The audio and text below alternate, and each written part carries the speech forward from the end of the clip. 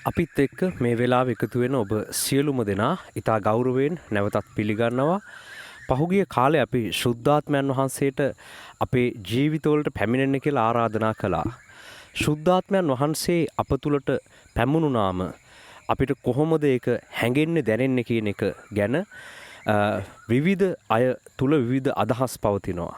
අපි මේ වෙලාවේ විමසා බලන්න සූදානම් වෙනවා. ශුද්ධාත්මයන් වහන්සේ අප තුළට පැමිණියම අපිට උන්වහන්සේ අප තුළ සිටින බව හැඟෙන්නේ කොහොමද දැනෙන්නේ කොහොමද කියන එක පිළිබඳව.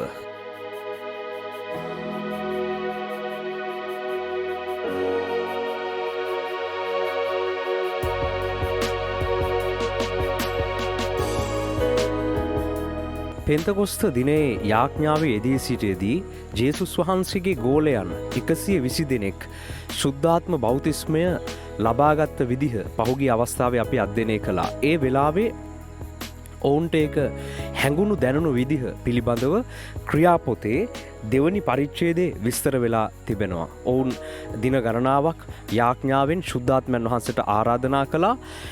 එලෙස උන්වහන්සේගේ පැමිණීම බලාපොරොත්තුවෙන් සිටියේදී ශුද්ධාත්මයන් වහන්සේ මේ ජේසුස් වහන්සේගේ ගෝලයන් මතට පැමුණුණා. එහිදී ඔවුන්ට ඒක දැනුනේ කොහොමද? ඔවුන්ගේ ජීවිත ඒ තුලින් සිදුවුණු වෙනස කුමක්ද කියන එක ගැන ක්‍රියා දෙවනි පරිච්ඡේදයේ අපිට අධ්‍යයනය කරන්න පුළුවන්. තවද පෙන්තකොස්ත දවස පැමිණි කල ඔවුන් සියල්ලෝ එක තැනක රැස්ව සිටියෝය. තද සුළඟක් හමන්නක් මෙන් ශබ්දයක් අහසෙන් හදිසියේ පැමිණ එයින් ඔවුන් හිඳගෙන උන්නා වූ මුළු ගෙය පිරුණේය. ගිනි වැනි වූ දිව් බෙදී යනවා ඔවුන්ට පෙනුනේය. එය ඔවුන් එකිනෙක කෙනා කෙරෙහි පිහිටුනේය. ඔවුන් සියල්ලෝ ශුද්ධාත්මයෙන් පූර්ණව ආත්මයන් ඔවුන්ට කතා කරන්න පුළුවන්කම දුන් ප්‍රකාරයට අන්‍ය භාෂාවලින් කතා කරන්නට පටන් ගත්තෝය. එහි විස්තර වෙනවා ශුද්ධාත්මයන් වහන්සේ ඔවුන්ට හැඟුණේ කොහොමද?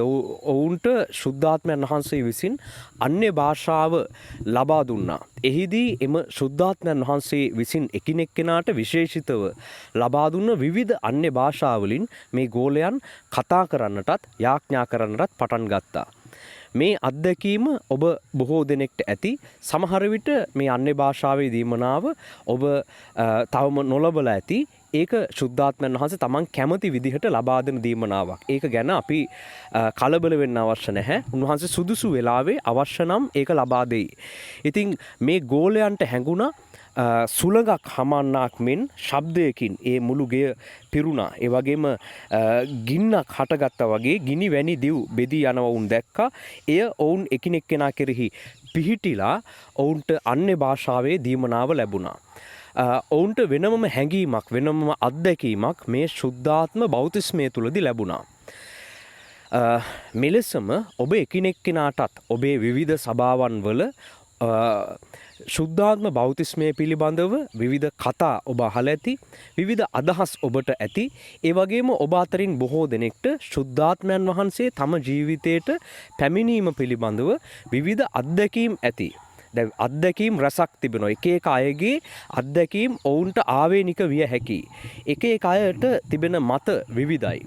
දැන් මේ හැම එකක් තුලින්ම අපි විමසලා බලන්නේ ශුද්ධාත්මයන් වහන්සේ අප තුළට ආවම පොදුවේ අපි විශේෂයෙන්ම සැලකිලිමත් විය යුත්තේ කුමක්ද? උන්වහන්සේ ආවම අපිට මූලිකවම අපිට හැඟෙන්නේ කොහොමද? ඒක අපේ ජීවිතයට මූලිකවම උන්වහන්සේ ලබා දෙන වෙනස කුමක්ද කියන එක තමයි මේ අපි අධ්‍යයනය කරන්න යන්නේ.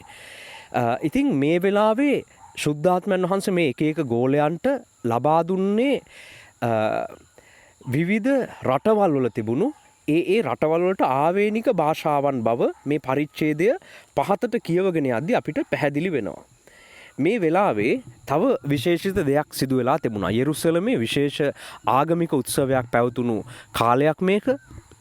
ඉතින් රෝම අධිරාජ්‍යයේ යටත් වෙලා හිටපු බොහෝ රටවල් වලින් ඒ වගේම යුදෙව්වරු ජීවත් වුණු බොහෝ රටවල් වලින් බොහෝ යුදෙව් ජාතිකයන් මේ ඊශ්‍රායලයට යෙරුසලමට මේ වෙලාවේ පැමිණිලා සිටියා මේ ආගමික වතාවත් සඳහා. භක්තිවන්ත යුදෙව්වරුන් රැසක් මේ ප්‍රදේශයට ඇවිල්ලා හිටිය බව මෙහි විස්තර වෙනවා. ඔවුන් විවිධ භාෂාවන් කතා කරපු අය. ඔවුන් අවුරුදු ගණනාවක් විවිධ රටවල් වල ඒ රටවල් වලට ආවේනික භාෂාවන් වලින් ඉගෙනගෙන හැදිලා වැඩිලා ඒ රටවල් වල ජීවත් වුණු පිරිසක් තමයි දැන් ඇවිල්ලා ඉන්නේ. දැන් මෙවැනි භක්තිවන්ත යුදෙව්වන් රැසක් මේ කාලේ යෙරුසලමේ වාසය කරමින් සිටි බව ක්‍රියා දෙවනි පරිච්ඡේදයේ 5 වන පදයේ සිට විස්තර වෙනවා. මෙන්න මේ අය මේ ගෝලයන් සමූහයා ඒ එක එක රටවල් වල තිබුණු භාෂාවන් වලින් කතා කරනවා අහලා ඔවුන් වියවුල් වුණා කියලා කියනවා. 6 වෙනි පදේ මක්නිසාද එකිනෙකා තම තමාගේ භාෂාවෙන් ඔවුන් කතා කරනවා ඇසුවේය. ඔවුන් සියල්ලෝ විස්මිතව පුදුම වී බලව මේ කතා කරන සියල්ලෝ ගලීලෝ නොවෙද්ද? අප උපන් දේශවල අප එකිනෙකාගේම භාෂාවලින් ඔවුන් කතා කරනවා කෙසේ අසමුද? පාර්තිවරුද මේදවරුද ඒලාම්වරුද මෙසපොතේමියේ හිත් යුදය සහ කපදෝනියේ හිත් පොන්තසය සහ ආසියාවේ හිත් පිරිගිය සහ පිම්පිලියේ හිත් මිසරය සහ කිරේනිය වටකර ලිබියේ ප්‍රදේශවලත් යන මෙකී දේශවාසීහුද රෝමෙන් ආ විදේශීහුද යුදෙව්වරුන් සහ ඔවුන්ගේ ආගමට හැරුණු අයද ක්‍රීත්වරු සහ අරාබිවරුද යන අපි අපගේ භාෂාවලින් දෙවියන් වහන්සේගේ බලවත් ක්‍රියා ගැන ඔවුන් කතා කරනවා අසමු යයි කීවෝය. ඔවුන් සියල්ලෝ විස්මිතව වියවුල්ව මේ කිමෙක් දැයි ඔවුන් කතා කරගත්තෝය. මේ වෙලාවේ ඔවුන් අහනවා තමන්ගේ රටවල් වල භාෂාවලින් මේ ගෝලයෝ 120 දෙනෙක් මෙතන යාඥා කළ බව තමයි සඳහන් වෙන්නේ. මේ අය ඒ රටවල් වල විවිධ භාෂාවන් අන්‍ය භාෂාවේදී මොනවා විදිහට සුද්ධාත්මයන් වහන්සේගෙන් ඔවුන් ලැබුවා මේ සුද්ධාත්ම බෞතිස්මයත් සමග. ඔවුන් එම භාෂාවලින් කතා කරද්දි මේ ආපු ඔක්කොම කට්ටිය වියවුල් වුණා. මොකද්ද මේ සිදුවෙන්නේ? මේ ඔක්කොම ගලීලේ මිනිස්සු. මෙයාලා කොහොමද අපේ රටවල් වල භාෂා හැම එකක්ම දැනගත්තේ කියලා ඔවුන් වියවුල් වුණා. වියවුල් වෙලා ඔවුන් මේ ගෝලයෝ යාඥා කර හිටපු ස්ථානයේ වටා එක්රැස් වෙලා මේ සිදුවෙන දේ ගැන විමසන්න පටන් ගත්තා. ඔවුන් විස්මිත වුණා. ඒ වගේම සමහරු මේකට සරදම් කරන්න පටන් ගත්තා. සමහරු කිව්වා නමුත් සමහරෙක් සරදම් කරමින් මොවුන් අලුත් මුද්‍රික පානයෙන් පිරීලා යයි කීවෝය. සමහරු කිව්වා මෙයාලා මේ බීලා ඉන්නේ මේ එක එක භාෂාවන් මෙයාලා කතා කරන මේක මහා විකාරයක්. මෙයාලා මේ බීලා මත් වෙලා ඉන්න පිරිසක් කියලා සමහරු සරදම් කරන්න පටන් ගත්තා. ඒක තේරුම් ගන්න බැරි වුණා බොහෝ අයට. ඇයි මෙහෙම මෙයාලා කොහොමද මෙහෙම විවිධ භාෂාවන් වලින් මේ එක එක රටවල් භාෂාවලින් කතා කරන්නේ කියන එක පිළිබඳව. හැබැයි මේ වෙලාවේ පේත්‍රස් මෙතන නැගී සිටමින් මෙහි සිදුවුණු දේ විස්තර කරන්නට පටන් ගත්තා. ඔහු නැගිට සිටලා ප්‍රකාශ කළා.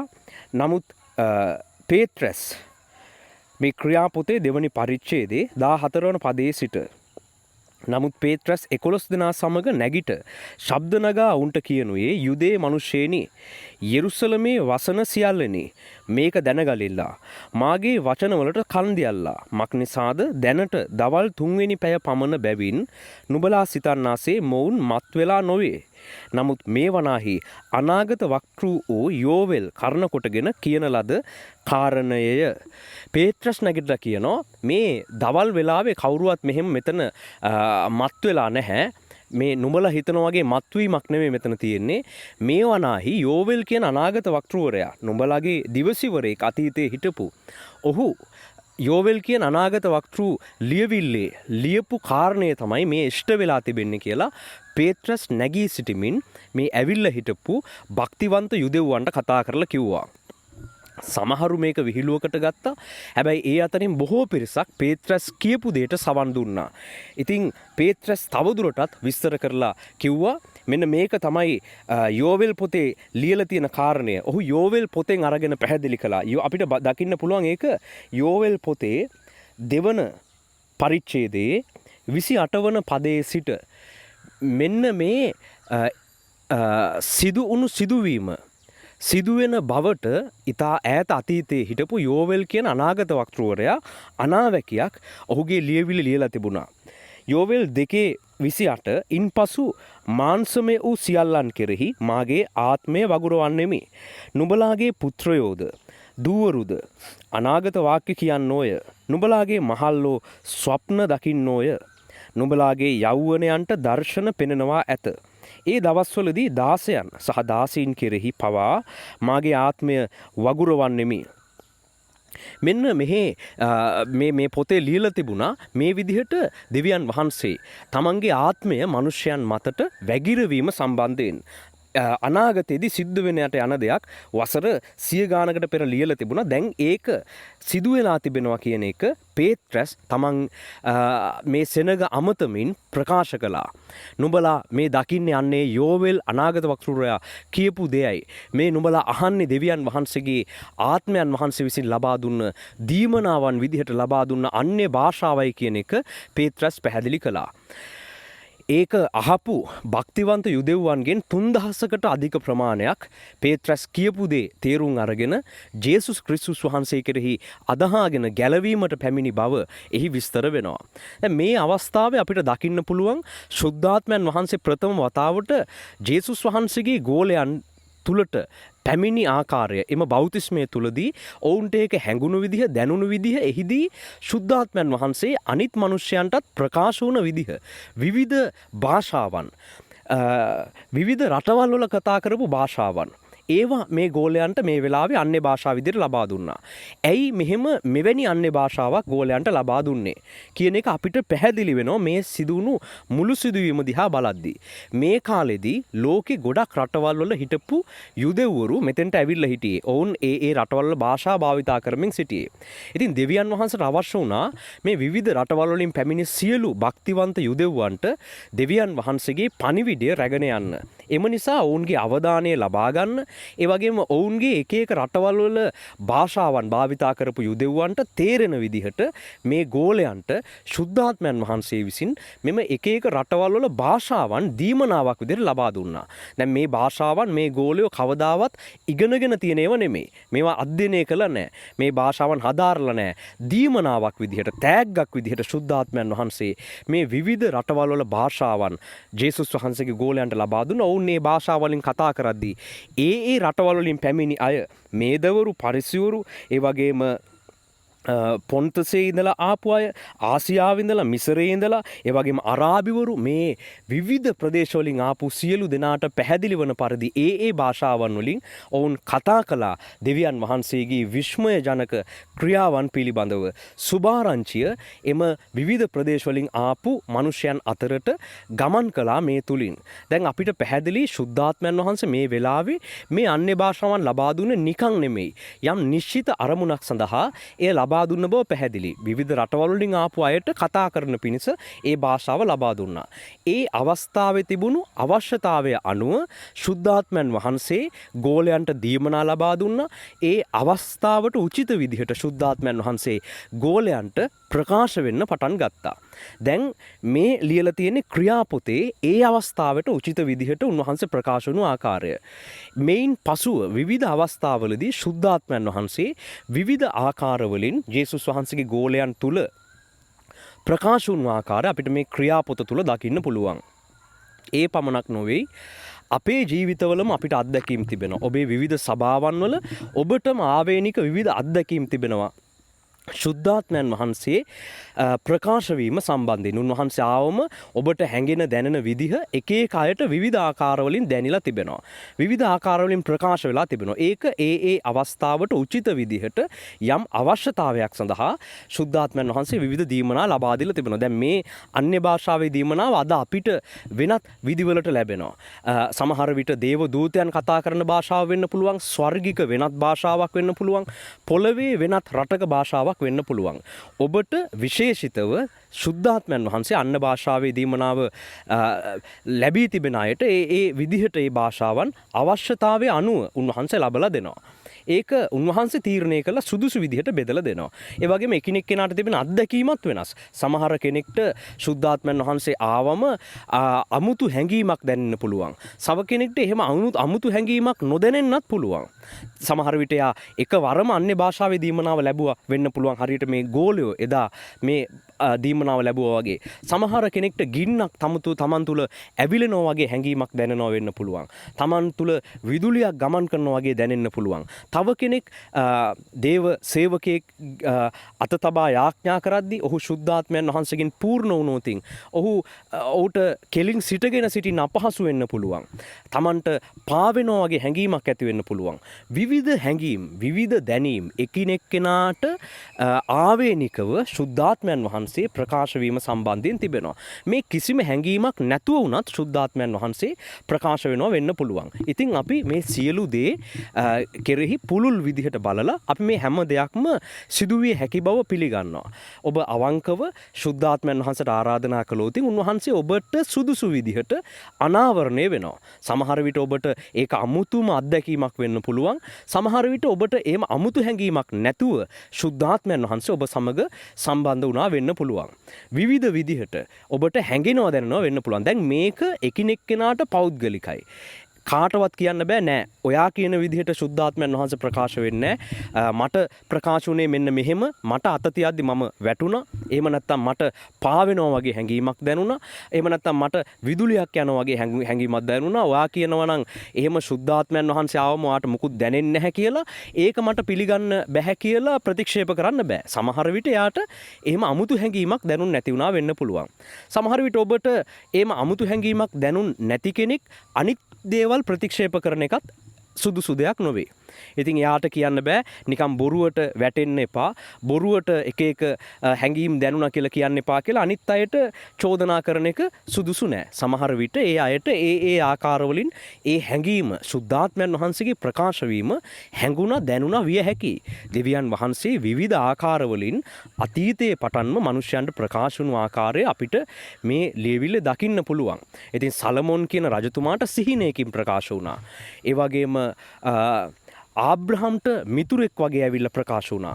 මෝසෙස්ට ගිනි පඳුරක් මැද්දෙන් ප්‍රකාශ වුණා. විවිධ ආකාරවලින් එකිනෙක කෙනාට ප්‍රකාශ වුණු විදි වෙනස්.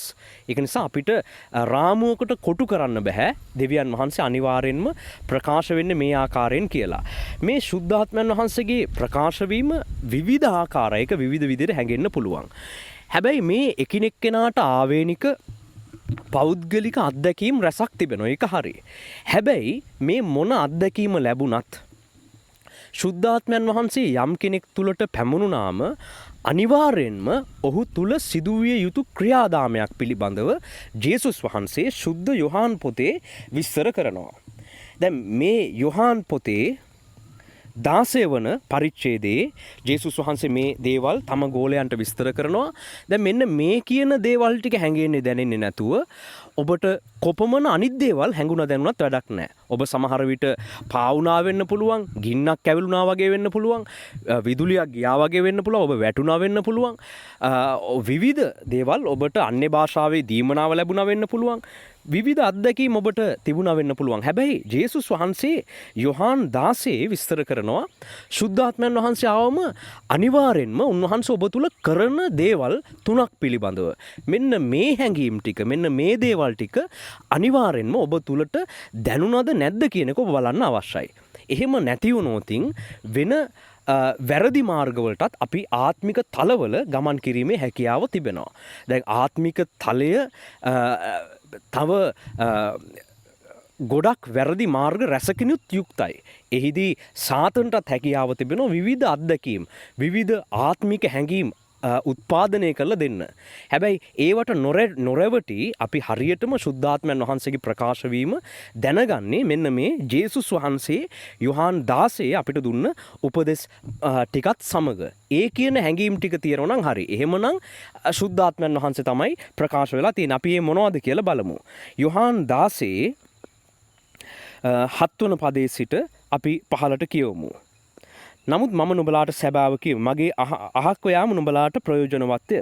මක් නිසාද මා අහක්ව නොගියොත් සැනසිලි කාර්යයන්න් වහන්සේ නුඹලා ළඟට එන්නේ නැත. නමුත් මා ගියොත් උන්වහන්සේ නුඹලා ළඟට එවන්නෙමි. ජේසුස් වහන්සේ කියනවා දැන් මම නුඹලාගේ වෙන් වෙලා යනවා. මං වෙනුවට ශුද්ධාත්මයන් වහන්සේ සැනසිලි කාර්යයන්න් වහන්සේ නුඹලා වෙතට එවනවා. අන්නේ ශුද්ධාත්මයන් වහන්සේ ආවම මොකද්ද වෙන්නේ? යොහාන් 16:8 උන්වහන්සේ ආකල පාපය ගැනද ධර්මිෂ්ඨකම ගැනද විනිශ්චය ගැනද ලෝකයට හඟවා දෙන සේක. පාපය ගැනයයි කීවේ ඔවුන් මා කෙරෙහි නොඅදහන බැවිනි. ධර්මිෂ්ඨ ගම ගැනයයි කීවේ මාගේ පියාණන් වහන්සේ ළඟට මා යන බැවිනි. එසේ මා යන බැවින් තවත් නුඹලා මා නොදක්නා නිසාය.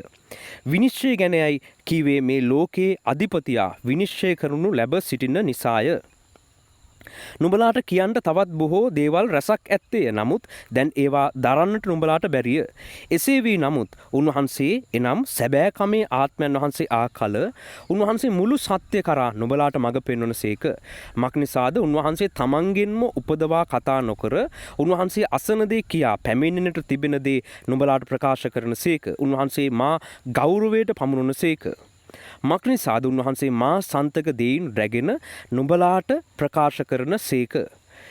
ජේසුස් වහන්සේ කියනවා ශුද්ධාත්මයන් වහන්සේ දැන් එනවා නුඹලට. නුඹලා තුලට පැමිණෙනවා. එසේ ආවම මෙන්න මේ දේවල් ටික නුඹලාගේ ජීවිතේ සිදු වෙනවා. ශුද්ධාත්මයන් වහන්සේ ආවම මොනවද විශේෂයෙන්ම කරනවා කියලා කියන්නේ? උන්වහන්සේ ආකන පාපය ගැනද, ධර්මිෂ්ඨකම ගැනද, විනිශ්චය ගැනද ලෝකයට හංගවා දෙන සේක. මොකද්ද ශුද්ධාත්මයන් වහන්සේ ආවම කරන්නේ? පාපය ගැන හංගවල දෙනවා. ධර්මිෂ්ඨකම ගැන හංගවල දෙනවා. ඒ වගේම පැමිණෙනට යන විනිශ්චය පිළිබඳව හංගවල දෙනවා. මෙන්න මේ හැඟවීම් ටික, මේ සිතුවිලි, මේ හැඟීම් ඔබ තුලට ඇවිල්ලාද කියලා බලන්න. දැන් බොහෝ දෙනෙක්ට ප්‍රශ්නයක් තිබෙනවා, ඇත්තටම ශුද්ධාත්මයන් වහන්සේ මා තුලට ඇවිල්ලාද නැද්ද කියන ප්‍රශ්නේ කොහොමද දැනගන්නේ? දැන් සමහරු කියන මේ විදිහට වෙවුලන්න ඕන, මේ විදිහට අමුතු හැඟීමක් දැනෙන්න ඕන. එහෙම වුණොත් තමයි ශුද්ධාත්මයන් වහන්සේ දැනෙන්නේ. දැන් එහෙම හැඟීමක් දැනුණු අයටත් ප්‍රශ්නයක් තියෙනවා. ඇත්තටම දැන් ශුද්ධාත්මයන් වහන්සේ මා තුල ඉන්නවද නැද්ද? කොහොමද බලාගන්නේ? ඒක ගැන අපහැදිලිතාවයක් තියෙනවා. ඒ අපහැදිලිතාවය පැහැදිලි කරගන්න පුළුවන් මෙන්න මේ විදිහට. ශුද්ධාත්මයන් වහන්සේ ඔබ තුලට ආවනම් ඔබට ඔබේ පැරණි ජීවිතයේ පාපය පිළිබඳව තේරෙන්න පටන් ගන්නවා. අන්න ඒ හැඟීම ඔබ තුලට එනවා. පාපය ගැන ඔබට තේරුම් යන්න පටන් ගන්නවා. මේ මුළු ලෝකෙටම පාපය ගැන තේරුමක් නැහැ. මේ ලෝකේ අය විවිධ දේවල් පසුපස හැඟීම් අනුව වුන් වැඩ කරනවා. නමුත් පොළවේ තිබෙන වරද සහගත දේවල්, පාපය පිළිබඳ හැඟීම ඔවුන් තුලින් පහ වෙලා ගිහිල්ලා තිබෙනවා. තම අතීත ජීවිතයේ වැරදි මාර්ගයක පැමිණි බව ලෝකයට තේරෙන්නේ නැහැ. හැබැයි ඔබ ගැලවීම ලැබුවා කියලා කියන්නේ මොකද්ද? ඔබ තුලට ශුද්ධාත්මයන් වහන්සේ පැමිණියා කියන එකේ අදහස, ඔබට ඒක හැඟෙන ප්‍රධානම විදිහ විය යුත්තේ කොහොමද? ඔබට ඔබ අතීතයේ පැමිණි මාර්ග වැරදි බව ඉස්සෙල්ලම ඔබට තේරෙන්න අවශ්‍යයි. ඔබ මෙච්චර කාලයක් හිතාගෙන හිටපු දේවල්, ඔබ මෙච්චර කාලයක් අනිත් අයට අසාධාරණකම් කළා නම්, ඔබට හිතුමනාපයට වැඩ කළා නම්, ඔබ පාපකාරී දේවල් කළා නම්, ඔබ දෙවියන් වහන්සේගේ විවස්ථාවල් වලට පිටතින් ඔබට කැමති දේවල් කරමින් සිටියානම් දැන් ශුද්ධාත්මයන් වහන්සේ ඔබ තුලට පැමුණාම මුලින්ම සිදුවිය යුත්තේ අන්න ඒ අතීත පැරණි පාපය වැරදි බව ඔබට හැඟෙන්නට අවශ්‍යයි. මෙච්චර කල් ආපු ජීවිතේ වැරදි කියලා ඔබට හැඟෙනවද දැන්? දැන් ඔබ මේක අහද්දිම දැන් මේ අප සමග දීර්ඝ කාලයක් එකතු වෙලා හිටපු අය, ඒ වගේම පහුගිය කාලේ ශුද්ධාත්මයන් වහන්සේට එන්න කියලා ආරාධනා කරපු අය, ඔබ පොඩ්ඩක් විමසලා බලන්න. ඔබට දැනෙනවද මෙච්චර කාලයක් ඔබ ගැලවීමට එන්න පළමුවෙන් ඔබ ගමන් කළේ වැරදි මාර්ගයක බව? ඔබ මීට පෙර ඔබ පාපකාරී ජීවිතයක සිටි බව ඔබට හැඟෙනවද, දැනෙනවද? ඒ පාප ජීවිතෙන් මිදෙන්නට ඕන බව ඔබට දැනෙනවද? එසේනම් ඔබට අර මුලින් කියපු සමහර අත්දැකීම් ඇත්තටම නොලැබුණා වෙන්නත් පුළුවන්. ඔබට තාම අන්‍ය භාෂාවේ දීමනාව හෝ වෙනත් දීමනාවක් තවම නැති වෙන්නත් පුළුවන්. එසේ වුවත් මෙන්න මේ හැඟීම තිබෙනවා නම් පැරණි ජීවිතයේ පාපයෙන් මිදෙන්නට ආසාවක්, පෙළඹීමක්, ඒ ජීවිතයේ වැරදි, ඒ අපි හිටියේ පාපයක කියන එක ඔබට දැනෙනවා නම්, හැඟෙනවා නම් අනිවාර්යෙන්ම ඔබ තේරුම් ගත යුතුයි. ශුද්ධාත්මයන් වහන්සේ ඔබ තුල ක්‍රියා කරමිනුයි සිටින්නේ. ඒ වගේම උන්වහන්සේ කියනවා ධර්මිෂ්ඨකම ගැන ඔබට අඟවල දෙනවා. දෙවියන් වහන්සේගේ ධර්මිෂ්ඨකම ගැන. දැන් ඔබට අපි ඉහත කියපු අත්දැකීම් මුකුත් නැති වුණත්, එම අත්දැකීම් ඔබට ආවේනික විදිහට කුමන හෝ ක්‍රමයකින් තිබුණත් නැතත් ඔබට හැඟෙනවද දෙවියන් වහන්සේගේ ව්‍යවස්ථාවන් වල තිබෙන වටිනකම? උන්වහන්සේ දෙන උපදෙස් වල තිබෙන වටිනකම? උන්වහන්සේ පෙන්වන ශුද්ධ මාර්ගයේ තිබෙන ආශිර්වාදාත්මක භාවය ඔබට හැඟෙනවද? දෙවියන් වහන්සේගේ ධර්මිෂ්ඨකම කොච්චරද කියන එක ඔබට දැනෙනවද? එහෙමනම් අනිවාර්යෙන්ම ශුද්ධාත්මයන් වහන්සේ ඔබ තුල ක්‍රියා කරමිනුයි සිටින්නේ. එමෙන්ම ඔබට හැඟීමක් දැනෙනවද මතු පැමිණෙන්නට යන විනිශ්චයන් පිළිබඳව? මේ ලෝකේ අනෙකුත් මිනිස්යන්ට ලෝකයට එන්නට යන විනිශ්චයන් ගැන අදහසක් නැහැ. හරිද? තමන්ගේ ජීවිතයට එන්න යන විනිශ්චයන්, ලෝකෙට එන්න යන විනිශ්චයන් ගැන අදහසක් නැහැ. උන් කොහොම හරි උපක්‍රම වලින් කොහොම හරි පොළවේ සඵලත්වය රඳවගෙන ඉදිරියට යන්න තමයි බලන්නේ. හැබැයි ඔබට දැනෙනවද මේ ලෝකේ මේ යන ක්‍රමයට ගිහිල්ලා මෙහි අවසානයේ මරණය සහ විනාශය ඇරෙන්න වෙන කිසිවක් මෙහි නැහැ. අවසානයේ දෙවියන් වහන්සේගේ විනිශ්චය මේ සියලු මනුෂ්‍යයන් කෙරෙහි පැමිණෙනවා. අපි විනිශ්චය මොහොතේදී දෙවියන් වහන්සේගෙන් යහපත් විනිශ්චයක් ලබාගත යුතු බව ඔබට හැඟෙනවද? මෙතෙක් කලක් ආපු ජීවිතේ වෙනස් කරගෙන ඔබ දෙවියන් වහන්සේ දෙන විනිශ්චයේදී රැකෙන්නට ඔබත් රැකිලා අනිත් අයටත් එම විනිශ්චයේදී යහපතක් සිදුවිය යුතු බව ඔබට හැඟෙනවද දැනෙනවද? එසේනම් ශුද්ධාත්මයන් වහන්සේ ඔබ තුල ක්‍රියා කරමින් සිටින බව ඔබ තේරුම් ගත යුතුයි. දැන් ඔබට මෙන්න මේ කියපු දේ මේ හැඟීම් ටික තිබෙනවද බලන්න. හරිද? ආයේ අමුතු හැඟීමක් ආවද? එක එක අය කියන ගොඩක් අදහස් පස්සේ අපි යන්න අවශ්‍ය නැහැ. ජේසුස් වහන්සේ කියපු දේ පසුපස අපි යමු. උන්වහන්සේ කිව්වා ව්‍යවුල්තාවයන් රසක් ඇති වෙන්න පුළුවන්. දැන් මේකෙදී එක එක අයට විවිධ මත එන්න පුළුවන්. හැබැයි අපි කොහොමද ශුද්ධාත්මයන් වහන්සේ ආව බව හරියටම දැනගන්නේ කියන එක ජේසුස් වහන්සේ පැහැදිලිව විස්තර කරා. ඒ අනුව අපි උන්වහන්සේගේ පැමිණීම තේරුම් ගමු. එම නිසා ඔබ බලන්න ඔබට ඔබේ පැරණි ජීවිතයේ පාපය ගැන හැඟෙනවද? එම පැරණි පාපයන් අතහැරලා දෙවියන් වහන්සේගේ ධර්මිෂ්ඨ මාර්ගයේ යන්නට සිතක් ඔබට පැමිණලා තිබෙනවද? එසේ ගමන් කරමින් දෙවියන් වහන්සේ ලෝකයේ විනිශ්චය කරන කාලයේදී යහපත් විනිශ්චයක් ලබාගත යුතුයි කියන හැඟීම ඔබට දැනෙනවද? පැරණි ජීවිතයෙන් වෙන් වෙලා අලුතෙන් දෙවියන් වහන්සේගේ ආශිර්වාද වෙතට යා යුතු බව ඔබට හැඟෙනවද දැනෙනවද? එහෙමනම් ශුද්ධාත්මයන් වහන්සේ ඒකාන්ත වශයෙන් ඔබ තුල ක්‍රියා කරමිනුයි සිටින්නේ. ඉතින් අනිත් අය කියන දේවල් වලට කලබල වෙන්න යන්න එපා. ඒ අය කියන අත්දැකීම්නුත් එයාලට තිබෙනවා. ඒක නෑ නෙමෙයි, යාලටත් ඒ අත්දැකීම් ඇති. ඔබටත් අවශ්‍ය වෙලාවේ ශුද්ධාත්මයන් වහන්සේ අවශ්‍ය දීමනා ලබා දෙයි. අවශ්‍ය නම් අත්දැකීම් ලබා දෙයි. සිහින අවශ්‍ය නම් පෙන්වයි. දර්ශන අවශ්‍ය නම් දකින්න සලස්වයි. ඒ ආත්මික තලයේ අත්දැකීම් විවිධ ආකාරවලින් අවශ්‍ය නම් සුදුසු පරිදි ශුද්ධාත්මයන් වහන්සේ ඔබට ලබා දෙයි. ඒ ගැන ප්‍රශ්නයක් නෑ. හැබැයි ඒ ඔක්කොටම ප්‍රථමයෙන් ඔබ අඳුනගන්න මෙන්න මේ කියපු කාරණා තුන ඔබ තුල ක්‍රියාත්මක වෙමින් පවතිනවා නම් පැරණි ජීවිතය අතහැරලා පැරණි පාපය අතහැරලා අලුත් ධර්මිෂ්ඨ මාර්ගයේ ගමන් කරමින් ධර්මිෂ්ඨ විනිශ්චය යහපත් විනිශ්චයක් ලබා ගැනීමට ඔබට හැඟෙනවා නම් ඔබ තුල ශුද්ධාත්මයන් වහන්සේ මේ මොහොතේදී ක්‍රියා කරනවා. එසේනම් ඔබ පහුගිය කාලේ ශුද්ධාත්මයන් වහන්සේට පැමිණෙන්නට කියලා ආරාධනා කරමින් කළ යාඥාවන් උන්වහන්සේ අසා තිබෙනවා. සමහර විට ඒක ඔබට අමුතු හැඟීමකින් උන්වහන්සේ පැමිණි බව තවම දැනුන් නැතුව ඇති. ඔබ හිත ඉන්නව ඇති. කෝ දැන් අපි යාඥා කළා ශුද්ධාත්මයන් වහන්සේ ආවද නැද්ද අපේ තුලට? මෙන්න මේ කියපු දේවල් ටික ඔබට හැඟෙනවා නම් ඒකාන්ත වශයෙන් ශුද්ධාත්මයන් වහන්සේ ඔබ තුල ප්‍රකාශ වී සිටින බව ඔබ තේරුම් ගන්න අවශ්‍යයි. ඒ වගේම උන්වහන්සේ පැමිණියම ජේසුස් වහන්සේ සන්තක දෙයින් උන්වහන්සේ ඉගැන්වූ දෙයින් ඔබට උගන්වන්නට පටන් ගන්නවා. උන්වහන්සේ ඒ බව යොහාන් 16:14 වන පදයේ විස්තර කරනවා. එහි කියන ශුද්ධාත්මයන් වහන්සේ ආවම මා සතු දෙයින් මං කියලා දුන්න දේවල් වලින් ඔබට කාරණා තේරුම් කර දෙන්නට පටන් ගන්නවා. ඉතින් ඔබට ජේසුස් වහන්සේ උගන්වපු වචනය තේරුම් යමින් නම් පවතින්නේ. ඔබට මේ ලියවිල්ල ඉගෙන ගන්න ආසාවක්, බයිබලයේ ඉගෙන ගන්න ආසාවක් ඇති වෙලා නම් තියෙන්නේ. එහෙමනම් දෙවියන් වහන්සේගේ ආනුභාව සම්පන්න ආත්මයන් වහන්සේ ඔබ කෙරෙහි පහළ වී තිබෙන බව ඔබ තේරුම් ගන්නට අවශ්‍යයි. මේක ලෝකේ වෙනත් අයට තේරෙන්නේ නැහැ. වෙන කාටවත් බයිබලයේ ඉගෙන ගන්න ආසාවක් හිතෙන්නේ නැහැ. ඒ සඳහා ශුද්ධාත්මයන් වහන්සේ පැමිණෙන්නම අවශ්‍යයි. තමන්ගේ පැරණි පාප ජීවිතයෙන් මිදිලා අලුත් දෙවියන් වහන්සේගේ සැබෑ ධර්මිෂ්ඨ මාර්ගයේ ගමන් කරන්න ලෝකේ කාටවත් ආසාවක් ඇති වෙන්නේ නැහැ. හැබැයි ඔබට ඒ ආසාව, ඒ පෙළඹීම ඇති වෙමින් නම් පවතින්නේ. එසේනම් ශුද්ධාත්මයන් වහන්සේ ඔබ තුල ක්‍රියා කරන බව ඔබ හොඳින් තේරුම් ගන්නට අවශ්‍යයි. අනෙකුත් අත්දැකීම්නුත් අපි පිළිගන්නවා. ඒවත් ඔබට සුදුසු පරිදි උන්වහන්සේ අවශ්‍ය නම් ලබා දෙයි. ඉතින් ඒ සියල්ලට වඩා මෙන්න මේ කියපු කාරණා ඔබ තුල ප්‍රකාශ වී ඇතනම් ශුද්ධාත්මයන් වහන්සේ දැන් ඔබ තුලට පැමිණ ලැබුම්ගෙන තිබෙනවා. සදාකාලයටම ඔබ සමග ගමන් කරන පිණිස උන්වහන්සේ ඔබ තුලට ආවේ ඔබව අතරමඟ අතහැර දමන්න නොවේ. කෙලවර දක්වා රැගෙන යන්න. ඔබව සදාකාලික රාජධානිය වෙතට කැඳව ගන්න. සදාකාලයකටම ඔබ සමග වෙසෙන පිණිස ශුද්ධාත්මයන් වහන්සේ දැන් ඔබ තුල වාසය කරන බව මේ දේවල් වලින් ඔබ තේරුම් ගත යුතු තිබෙනවා.